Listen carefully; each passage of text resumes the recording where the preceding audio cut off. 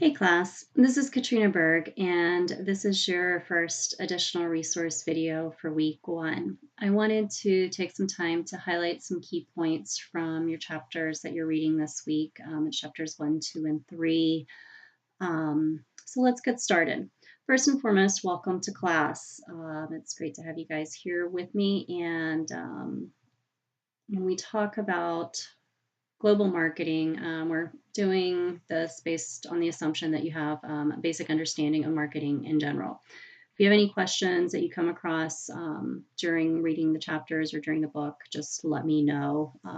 As a quick recap, marketing really is about finding and creating that value and conveying that message to the consumer. So you have an idea, conception, product that you create, product or service, and then sell that to the consumer, and then follow up with the consumer as well, ensuring that they're happy with that product or service. So that's a very brief recap. Again, just have a basic understanding of marketing in general. When we're talking about global marketing, we're looking at, of course, instead of single country, we're looking at 2 countries, 3 countries, regions that a business may be working in or expanding into.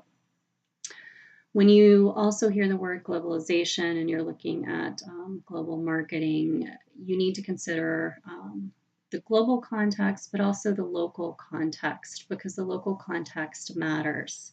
What you may be doing in one country, you will have to change, shift, edit in another country, or you may be able to do the same thing.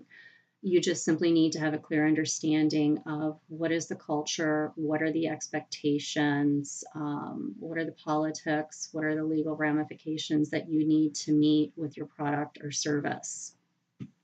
Let me give you an example. When creating a product, let's say that Germany specializes in lenses. They have the technical knowledge, they have the expertise, they create the best products.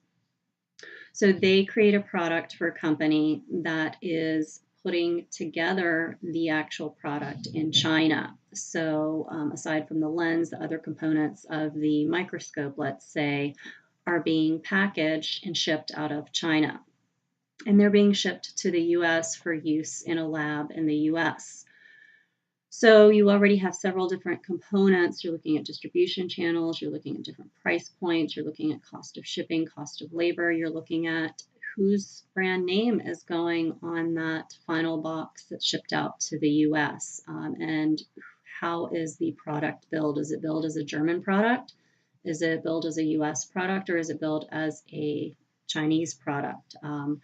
So those are some, it's a big example or broad example of just understanding how that global market could potentially work for a product or service.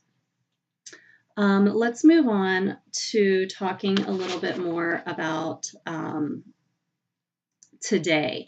So a lot has changed in business over the past years, decades, basically from World War II, where we have today become global and interconnected through technology, through the ability to travel. Business operates 24/7 today, and companies can leverage that connection and connectivity. So what you do in one country, you could look at expanding into another to produce more product at a cheaper price. Again, research is required, strategy is required, but it's something that you can look at. When you do this, it's important to stay focused. The temptation might be when you move into another area, oh, they need this product, let's start creating this product or service for them. That might not be the best idea strategically for you. Let's go back to competitive advantage. What is your competitive advantage? Can you retain it? Should you retain it as you expand? Your book talks a little bit more about that. Do take a look at that global strategy section. And always consider risk and reward. Challenges impacting marketing, let me just sort of highlight those. You've got transportation issues, you've got communication issues, political, social, and then you also have expectations. For example, In Germany, they prefer coffee that's a little bit more dark, a little bit more bitter. Here in the US, I think overall it would be safe to say that we might prefer a Pike Place Starbucks, which is more of a mellow, softer coffee. So if you are trying to expand, you need to be aware of these differences. And again, consider how you would market those differences. Would you adapt or would you not? Finishing up, let's talk about two organizations, the World Trade Organization and GATT, which is the General Agreement on Trade and Tariffs. GATT was originally created as a forum or as an organizational body to work through trade disagreements, to discuss trade disagreements amongst participating countries. The World Trade Organization came about as a result of GATT. They do much similar work today, where again they are mediating trade disputes, but they're also a foremost thinker and discussion holder about what's going on in trade in the world today, topics that need to be discussed. You will hear some people say that these organizations are ineffective.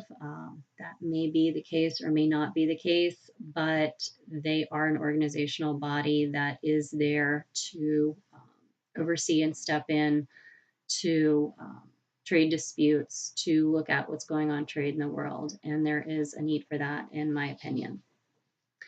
Thanks, class, for listening, and let me know if you have any questions. Thanks.